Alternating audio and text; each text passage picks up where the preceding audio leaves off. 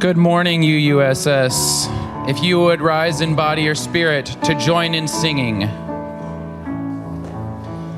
What really matters to your heart? What really matters to your heart? For the things of the world define you not. What really matters to your heart? What really matters in your soul? What really matters in your soul? For the things of the world define you not. What really matters in your soul? How do you treat the ones you love? How do you treat the ones you love? For that's what matters at the end of the day. How do you treat the ones you love? How do you treat your precious heart? How do you treat your precious heart? For that's what matters at the end of the day. How do you treat your precious heart? How do you give of what you have? How do you give of what you have? For that's what matters at the end of the day. How do you give of what you have? How do you feel your gratitude? How do you feel your gratitude? For that's what matters at the end of the day. How do you feel your gratitude?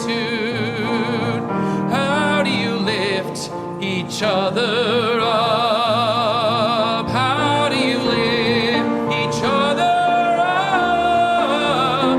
For that's what matters at the end of the day. How do you lift each other up? How do you lift? How do you treat your matters to your heart? For the things of the world define you not. What really matters to your heart?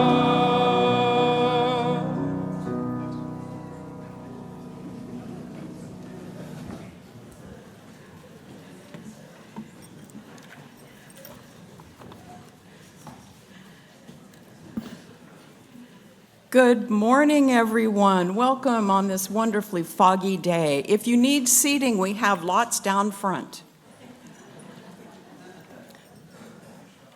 Come on down. I don't have a prize, but you can come on down.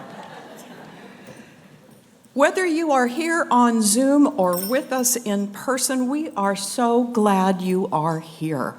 My name is Karen Sparrow, and I'm your worship associate today. Your preacher is Reverend Roger, and he will be speaking on challenging our faith. Are humans good or bad?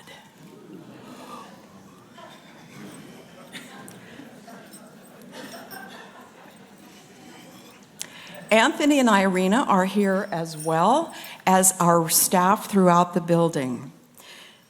Today, in just a few minutes, our junior and senior high groups will be meeting, as well as our religious education for our younger children. That's exciting. Again, we have seating down front.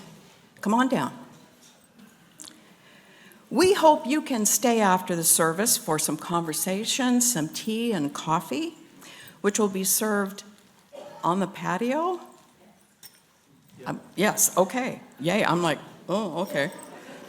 It is also a soup Sunday, as you could see, and it's sponsored by the Adult Enrichment and Ukulele groups. Thank you very much for doing that.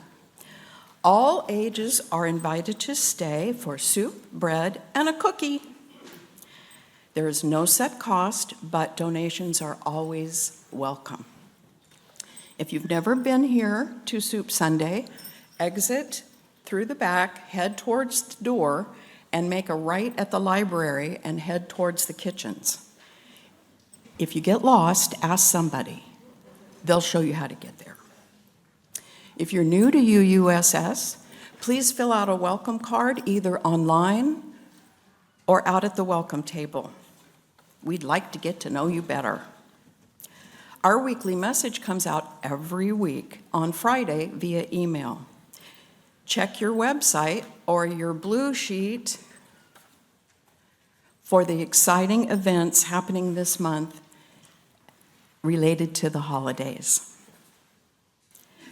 There is a very special invitation to all of you from our staff and ministers to attend an open house on Wednesday the 18th from 3 to 5 p.m. And that'll be held here. If you'd like to follow along in the service, those of you on Zoom, please click in the Zoom chat and you will have a link, or for those of us in the room, we have our own order of service. Now, going on today, it's pretty exciting. At noon, the men's group will be meeting in rooms 7 and 8. So if you'll grab your soup and your coffee and head over there, they'll be starting at noon. I know. To enhance your dining pleasure here at UUSS, the Treble Ensemble is presenting their musical debut concert. Whoa! Right? Come and relax, bring your soup and your coffee, and enjoy it here in the sanctuary at noon. Theology on Tap will meet this Tuesday at Burning Barrel in Rancho Cordova. More information on that is available on the website. Next Sunday, oh, it's a big day. You think I'm kidding, don't you? I look forward to this every year. So, next Sunday before church, in the FOS room, we'll be exploring UUism. Okay, that will be held in the FOS room. Now, next Sunday, the big deal is it's our Yule celebration. It's an all-ages event, and our choir will be singing. We're all excited about that. And our annual rendition of the 12 Days of Christmas.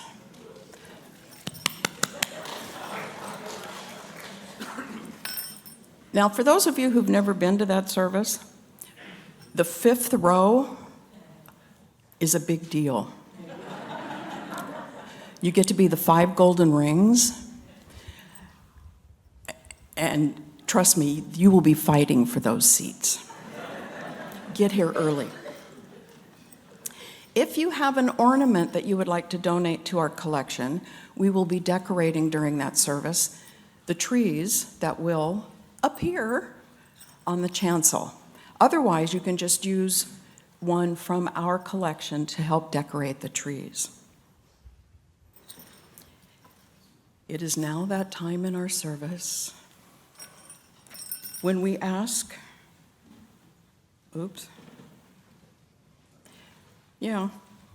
okay, turn off the flashlight. When we ask that you silence your phones, come on, are they silent? I don't see anybody moving. If there is an alarm on, please turn it off so we can be mindful during our service. If someone next to you has not done so and their phone goes off, please be kind and help them fix the problem. We hope you will join us after the service for all of the events going on today. If you are attending by Zoom, please stay online and have a nice chat with your fellow Zoomers. Now is the time to enjoy our music for centering.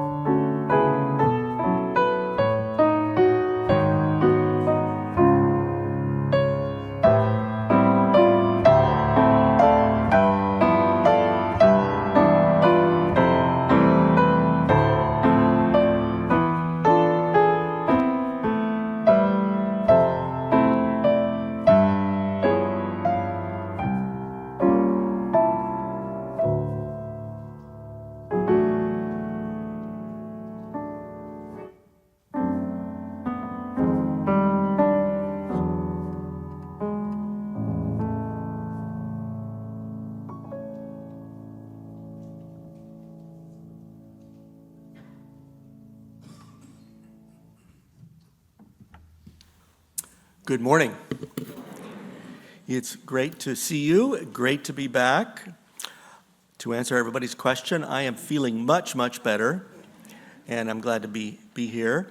I'm sorry that I missed last Sunday's service on our moon and our all-ages holiday party and my haircut appointment, but I'm glad to be back. And I do feel fine. I do have this lingering, nagging cough, which is only a problem if I speak. So if I do have a big problem later on, Anthony will finish my sermon in song.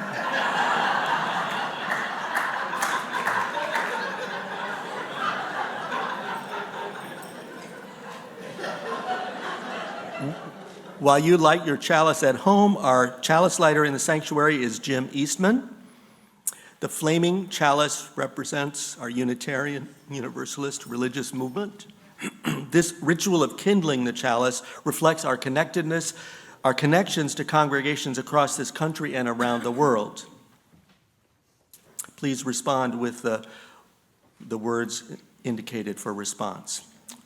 On this new morning, we open our senses to the beauty of this world, and we open our hearts to the gift of a new day. As Unitarian Universalists, we honor the interdependent web of all existence. With reverence for the great web of life, and with humility, we acknowledge our place in it. We draw inspiration from a religious heritage of freedom, reason, hope, and courage, building on a foundation of love. We covenant to learn from one another in our free and responsible search for truth and meaning. We embrace our differences and commonalities with love, curiosity, and respect. We covenant to dismantle racism and all forms of systemic oppression. We work to be a diverse, multicultural, beloved community where all can thrive. We declare that every person is inherently worthy and has the right to flourish with dignity, love, and compassion. May we learn together to cultivate more empathy and respect. May we find the courage to speak up and show up for the values we hold in common. Now, as we prepare to kindle the chalice, let us speak together the words of our mission as a congregation. We come together to deepen our lives and be a force for healing in the world. Thank you.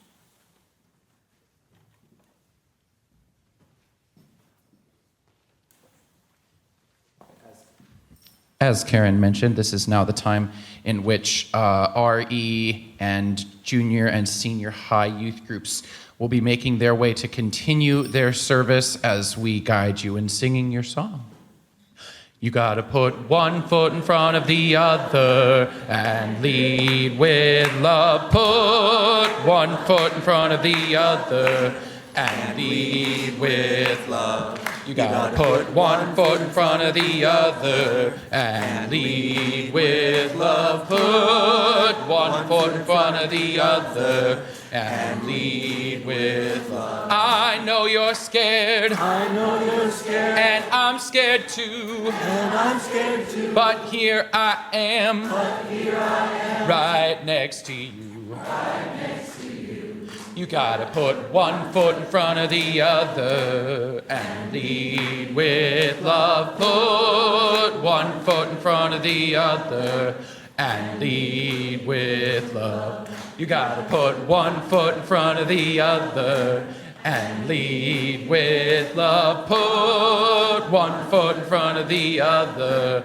and lead with love.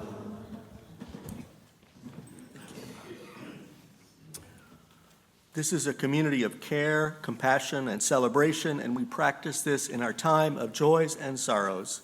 You can let the ministers know of your news by clicking on the link in the weekly message email that's posted on Fridays, and there you can let us know if you'd like it spoken in the service.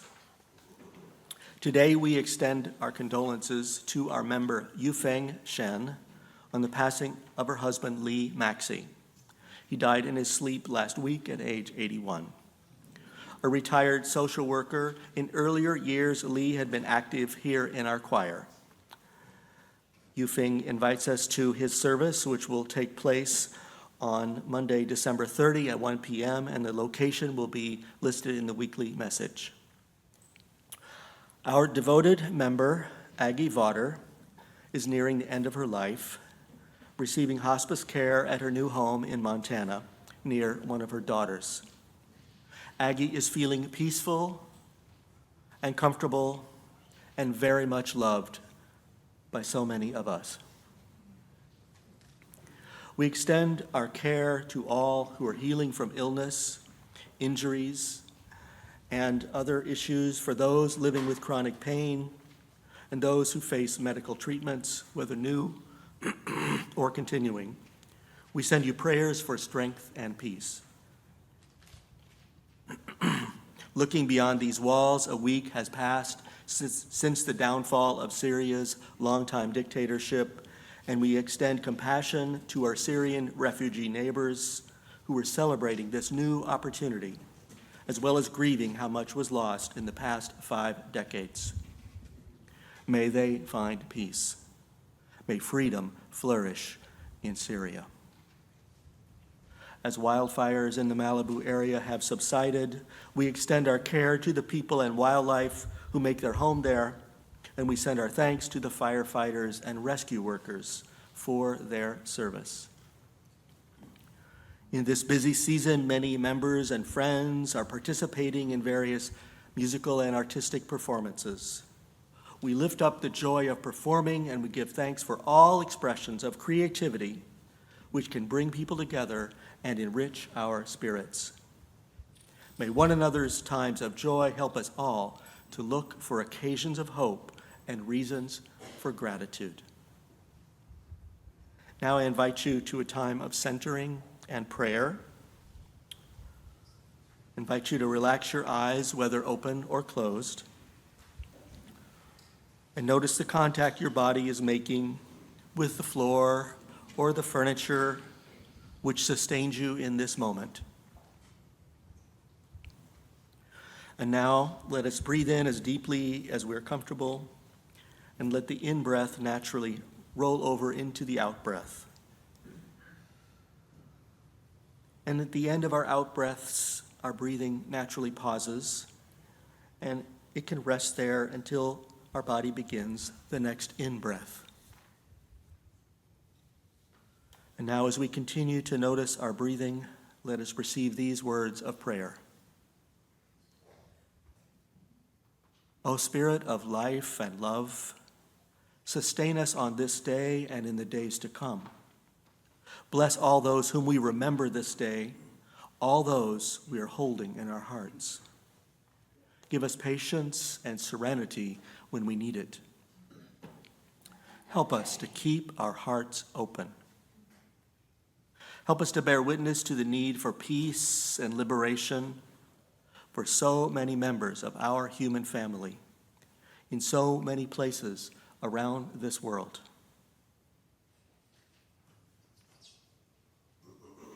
Give us courage not to turn away. May we remember that we are connected here in this community and held in the web of life which connects all beings. Help us to notice reasons for gratitude every day. Enliven us to the ordinary miracle of being alive. So may it be. Blessed be, and amen. And now let us pause for a few moments of breathing together for our private contemplations.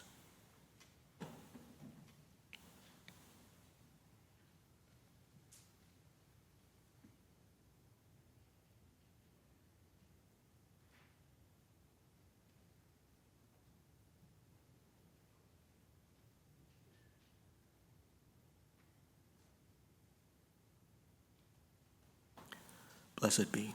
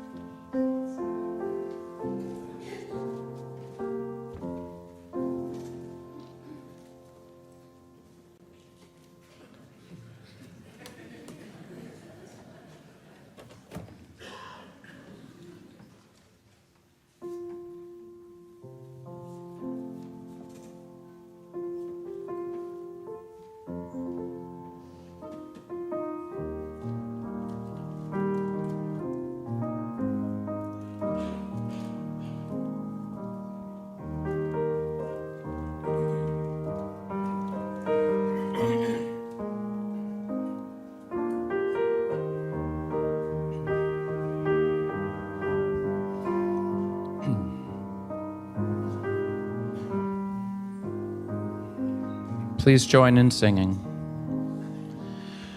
There's a river flowing in my soul. There's a river flowing in my soul. And it's telling me that I'm somebody. There's a river flowing in my soul. There's a river flowing in my heart. There's a river flowing in my heart. And it's telling me that I'm somebody. There's a river flowing in my heart. There's a river flowing in my mind. There's a river flowing in my mind, and it's telling me that I'm somebody. There's a river flowing in my mind. There's a river flowing in my soul, in my soul. There's a river flowing, flowing in my soul, and it's telling me that I'm somebody. There's a river flowing, soul flowing in my soul. There's a river flowing in my soul. There's a river flowing in my soul, and it's telling me that I'm somebody. There's a river flowing in my soul.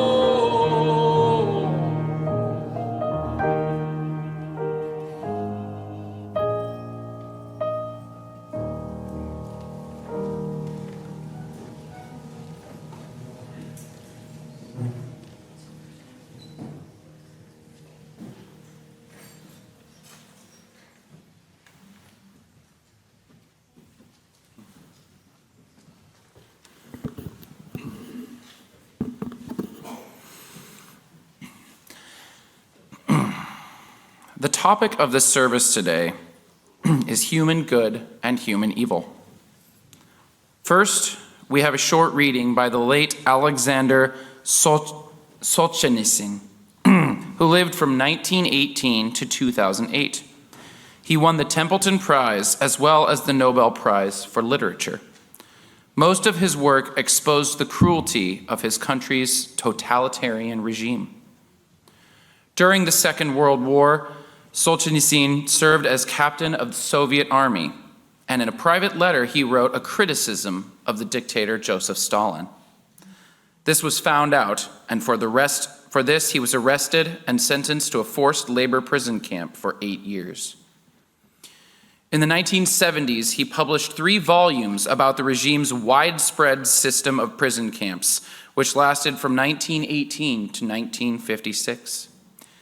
He included his own experiences and those of prisoners he had known. After publishing the first 2 volumes of what he entitled The Gulag Archipelago, Solzhenitsyn was arrested again and exiled from his country. In other words, he knew something about human evil. Now, Irina will read one of his well-quoted passages, and then we will hear the English translation.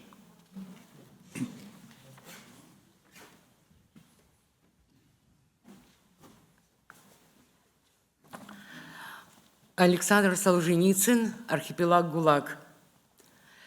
Если бы это было так просто, что где-то есть черные люди, злокозненно творящие черные дела, и надо только отличить их от остальных и уничтожить. Но линия, разделяющая добро и зло, пересекает сердце каждого человека.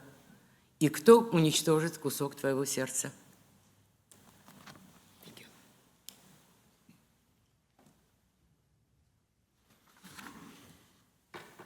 If only it were all so simple.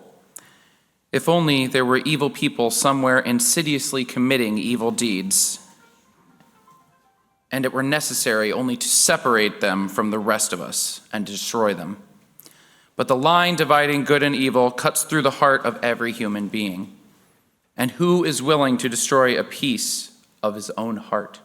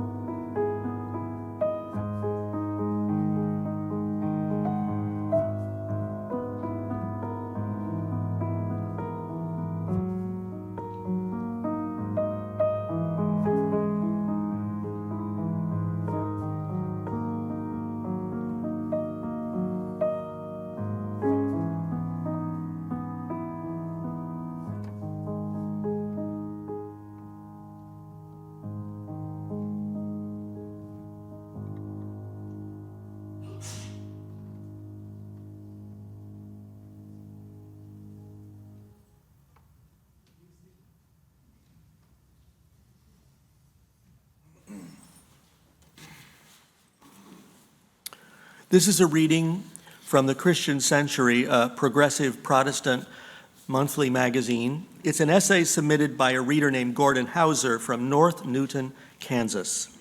He submitted this in response to the prompt of help. Less than an hour from home, after about 10 hours on the road, my daughter Aubrey and I noticed the low fuel light come on. The car's computer said we had 12 miles left before our gas would run out completely. 3 miles later, we pulled into a small town with one gas station. It was 11:30 p.m. and the station was closed. Aubrey was driving, having offered to travel with my wife, Jean, and me from Aubrey's home in Indianapolis. Jean had been released from the hospital earlier that day and wasn't cleared to drive. Aubrey and I took turns driving, keeping track of hospital signs along the way, just in case.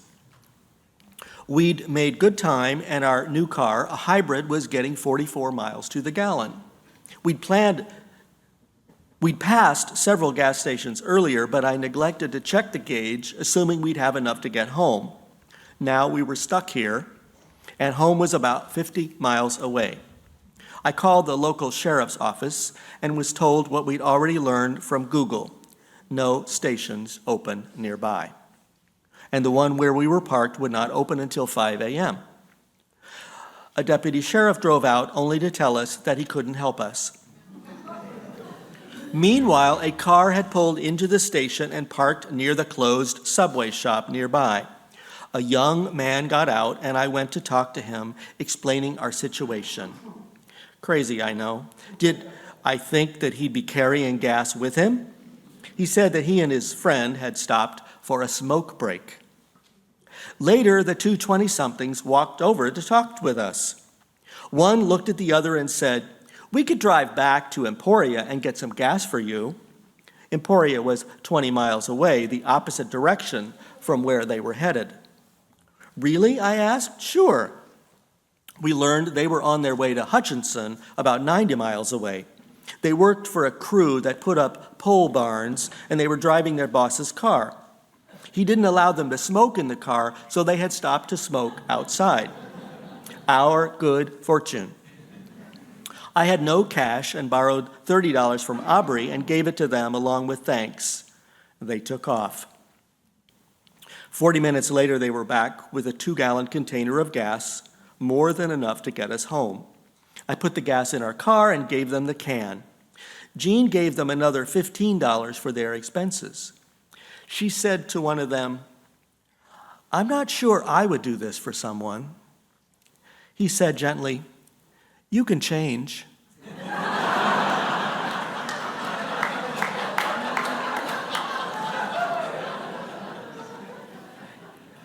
They said goodbye and took off.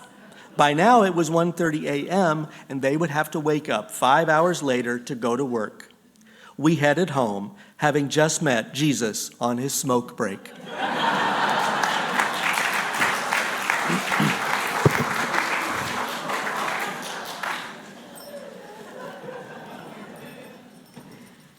He's always a tough act to follow. Generosity is a spiritual practice. This congregation gives 1/2 of its Sunday offerings to an organization doing good works in the world. Our community partner for the month of December is the Family Promise. Family Promise program assists local communities in coordinating compassionate care for the homeless. They address the issue of holistically providing shelter and case management, as well as support as they secure housing so they may remain independent. Families come to them in crisis, and Family Promise helps them rebuild their lives with new skills and ongoing support. Thank you for your generosity to UUSS and our community partner. This morning's offering will now be given and received.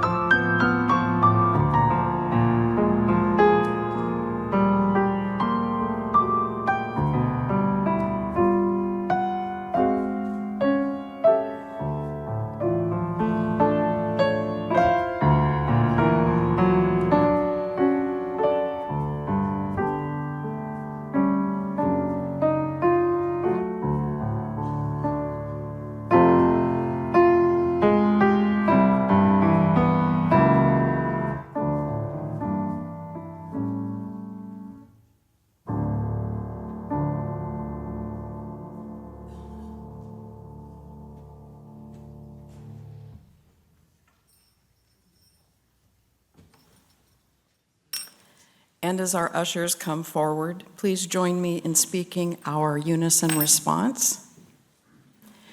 May generosity bless our world, and may gratitude nourish our spirits.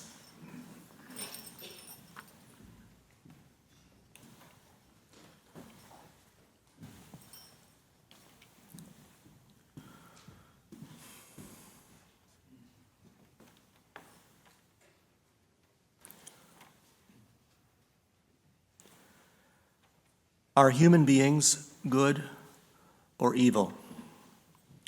This sermon topic is Reverend Lucy's fault.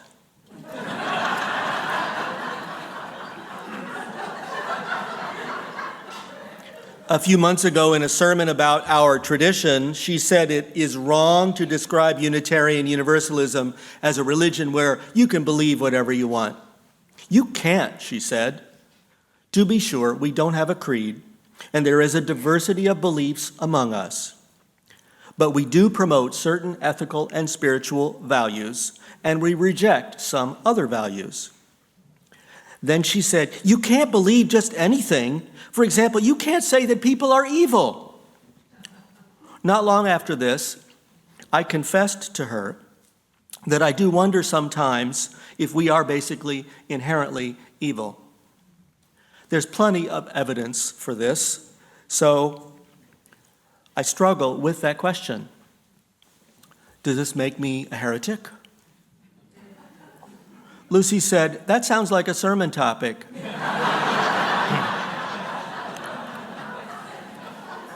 So, happy holidays. Here's a refresher or an intro if you're new to us. UU congregations affirm the dignity and worth of every person. We say human worth is inherent. 2 centuries ago, our Unitarian ancestors argued that the lesson of the life and ministry of Jesus of Nazareth is that everyone has the potential to make helpful choices instead of destructive ones. We can grow in goodness.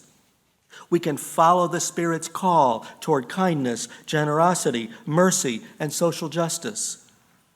At the same time, our Universalist ancestors preached that everyone is part of one human family with one divine source, and that source is love. Yes, we are one big human family, but it's rarely been a happy family. And as members of this family, we must acknowledge how much evidence there is of persistent human evil.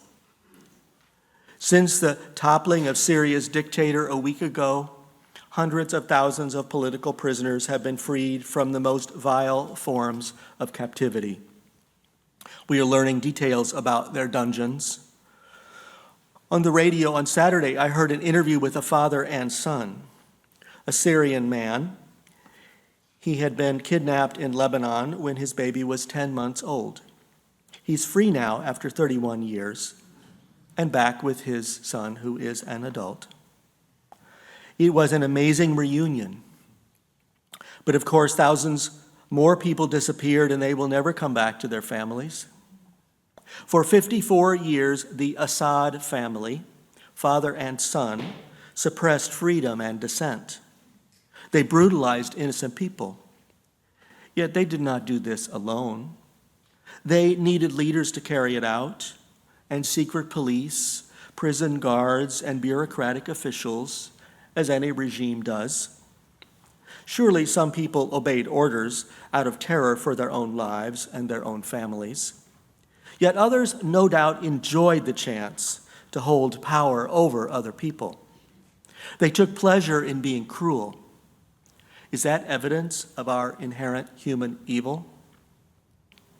In 1971, a professor at Stanford University conducted an experiment to see how good people can be coaxed into doing terrible things. Professor Philip Zimbardo recruited 75 undergraduate male students to participate in a simulation of prison, some to act as guards and others as prisoners. It was 1971, and none of the young men wanted to play the role of a prison guard. So they had to use a coin toss to assign the roles. Then Zimbardo enlisted the Palo Alto police to arrest the designated prisoners at their homes and take them away in handcuffs. At the police station, the pretend guards blindfolded the pretend prisoners and then took them to the basement of the psychology building. They stripped them naked, gave them jail uniforms, and locked them up, 3 per cell. After just one day, the guards began to relish having power over the inmates, insulting them, blowing whistles at them, bossing them around. The prisoners ridiculed the guards, which led to further punishment in order to demonstrate who had the power. As the pretend prison superintendent, even Philip Zimbardo got into managing all of this. Upset by this, his girlfriend and graduate student assistant told him that she didn't know what kind of man he was anymore, and she broke up with him. Some traumatized students began having breakdowns, so he ended the simulation in 6 days rather than 2 weeks. In a later book about this, Zimbardo concluded that who we are is affected by the roles we play and the groups we participate in.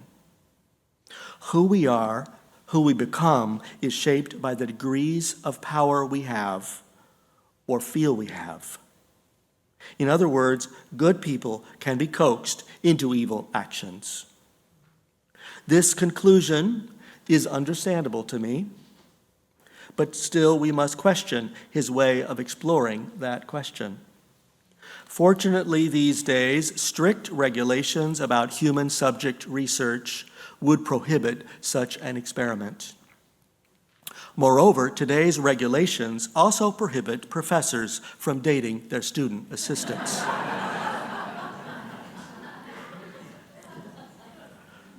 The upsetting results of this perverse experiment do not disprove or discredit our UU principle of the dignity and worth of every person. They only demonstrate how important it is to defend our principles, how much we need to promote human worth and protect human dignity, even when it's costly or painful to do so.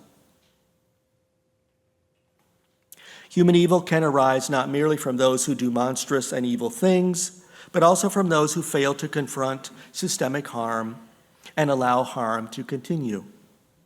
Indifference is its own kind of evil. The Reverend Dr. Martin Luther King wrote his letter from Birmingham jail in 1963. He had come to Alabama to lead a voting rights action when he was arrested. He wrote in his open letter that he was gravely disappointed in the white moderate, meaning each of his white Christian and Jewish clergy colleagues. Dr. King wrote, "Shallow understanding from people of goodwill is more frustrating than absolute misunderstanding from people of ill will. Lukewarm acceptance is much more bewildering than outright rejection." I have concluded that human beings are not inherently evil, but we do have that capacity. We are complex, contradictory, imperfect, vulnerable, and powerful. If all of us have the capacity to commit evil, then we must guard against it. Deciding that particular people must be intrinsically evil and that others are good is the beginning of a deadly decline into deciding who is evil. And that's when evil can begin. That is, the most massive persecutions in history have been perpetrated in the cause of rooting out evil. Consider the many examples of religious wars, crusades, the torture of heretics, violent national revolutions, the imprisonment of dissidents, and persecutions of people perceived as different from the norm. By going after people accused of being evil, whole societies have committed evil and called it good. After bearing witness to the Soviet regime's brutality against him and other political prisoners, Alexander Solzhenitsyn declared that it would be so easy if we could sort out the evil people and put them away, destroy them. But it's not possible. As he wrote, "The line dividing good and evil cuts through the heart of every human being." The good side and the bad side, inside us, they have always been side by side. The Unitarian understanding of a fully human Jesus of Nazareth is that he showed that we can choose to help instead of hurt, choose to share instead of steal, and choose to show mercy instead of indifference. No matter what happens to us, we have a choice. We can change. In one reading this morning, Gordon Hauser and his daughter were driving his wife home to Kansas from a hospital in Indiana when they ran out of gas at midnight. As they sat at a gas station that wouldn't open until 5 in the morning, two young men offered to go out of their way to fill up a gas can for them. Hauser's family are lifelong residents of a small town in Kansas and Mennonite Christians. When the helpers came back, Hauser's wife, Jean, paid one of them an extra $15 and said, "I'm not sure I would do this for someone." The young man said gently, "You can change." Jesus of Nazareth caused controversy by sharing meals with people of a different faith or social class, women in prostitution, and others on the margins of society, and especially Roman tax collectors and soldiers of the empire. Even though tax collectors and soldiers participated in the injustice of the ruling regime, Jesus did not block them from a relationship with him. Who knows what he told them? Maybe Jesus leaned over and said, "What you have done is not all of who you are. You are loved. You can change." Human beings are vulnerable to hurt and injury from one another. We are fragile. We are all flawed and imperfect. We are capable of resentment, self-righteousness, and hostility. And we are capable of so much more, so much better. Recently, I began reading a book entitled Good People. It's a collection of 101 essays by people recounting times when other people chose to help them out, show them kindness or patience, or demonstrate generosity with no expectations for something in return. The book is filled with stories in which people act on a sense of our shared humanity. Customers in checkout lines pay the charges for a person ahead of them who doesn't have enough money. Cafe owners and shopkeepers give away a free meal or an item off the shelf to a person in need. Strangers witness a solo parent struggling to respond to their children's distress or other needs in a park or a parking lot. Instead of scowling in judgment, they gently draw near and say something like this: "Excuse me, your family is so beautiful. You're doing a great job." When a parent is not sure they have the patience or energy to keep going, extra support can make the difference, even if it's just a friendly stranger pointing out that the dedication they see is obvious and admirable. Good People is published by Upworthy, a web-based company dedicated to finding stories that reflect the best in humanity, with the hope of inspiring all of us to go the extra mile for others. Essays from several countries tell about teachers whose help and acceptance inspired students for the rest of their lives, neighbors and classmates who showed empathy and support, and perfect strangers who went out of their way to give assistance or show kindness to another person. The slogan, "Pay it forward," means that people decide that we are going to be generous and helpful because we recognize the times when others helped us out. Pay it forward means we keep the good things going.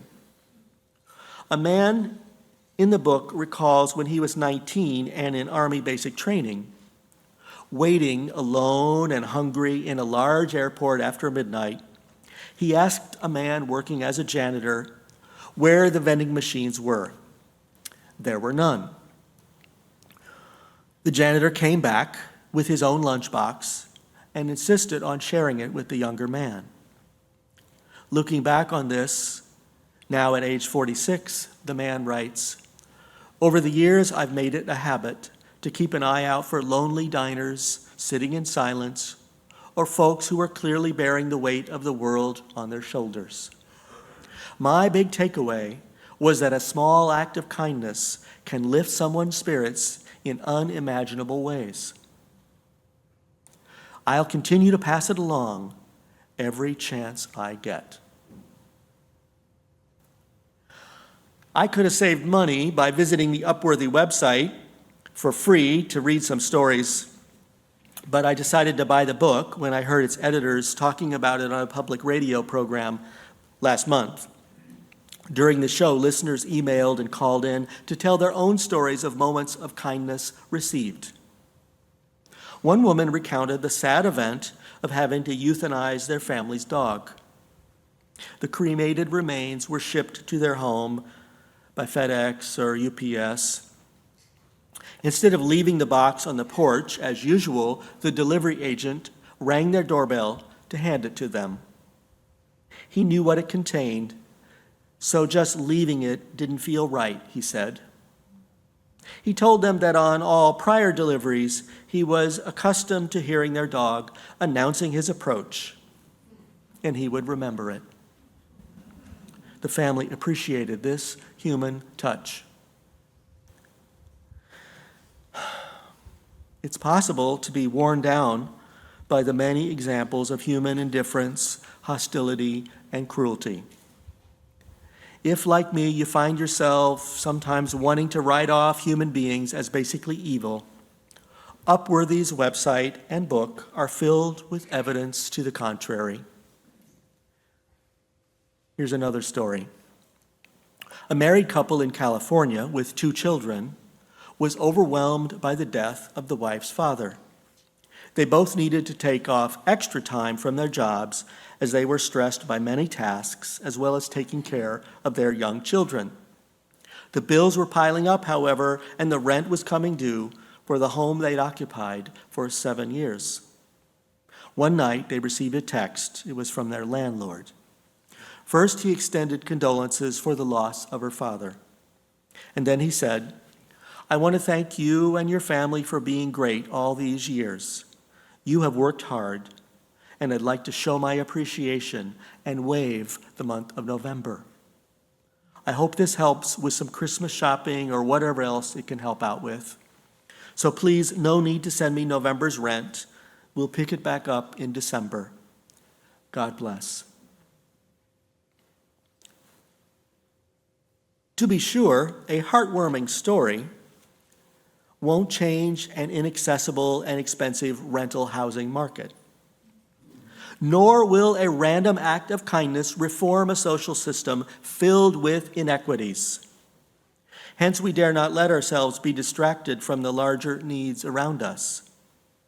At the same time, a single story of generosity can open our heart. It can remind us of our shared humanity. As we bear witness to the needs for change that we long to see in our communities and our country, we can keep our hearts open for the actions and words which keep us connected with others. Let us appreciate the acts of generosity and kindness and mercy which fill our world. Human goodness is always near at hand. In the days to come, if you pause to think about it, I hope you can remember a gesture of generosity, encouragement, or practical help that another human being made on your behalf. And perhaps you can think of a time when you showed kindness or mercy to another person, even though you had nothing to gain from it. Yet when we choose to be kind, we do gain something. When we choose to go the extra mile for others, we gain hope in human goodness. We deepen our sense of connection and our sense of belonging to the whole human family. So may it be. Blessed be, and amen.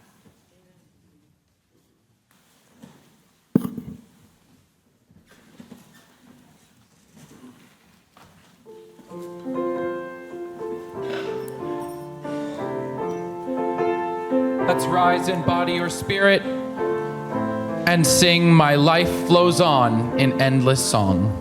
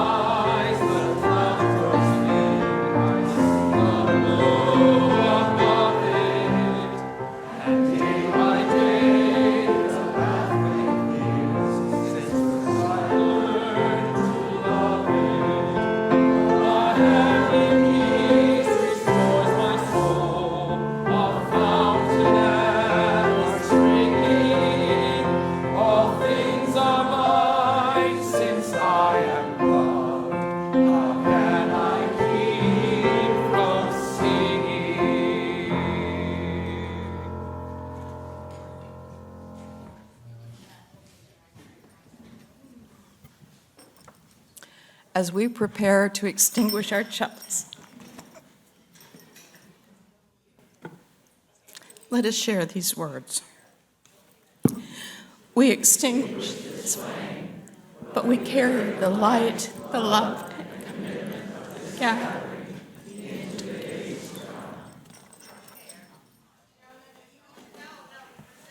I invite you to reach out to us as we reach out to you. If you're at home, reach out to us, and we reach out to you. May you depart in peace and go forth in joy. For all who see God, and may God go with you. For those who embrace life, may life return your affection. And for those who seek a right path, may a way be found and the courage to take it step by step, one day at a time. Blessed be.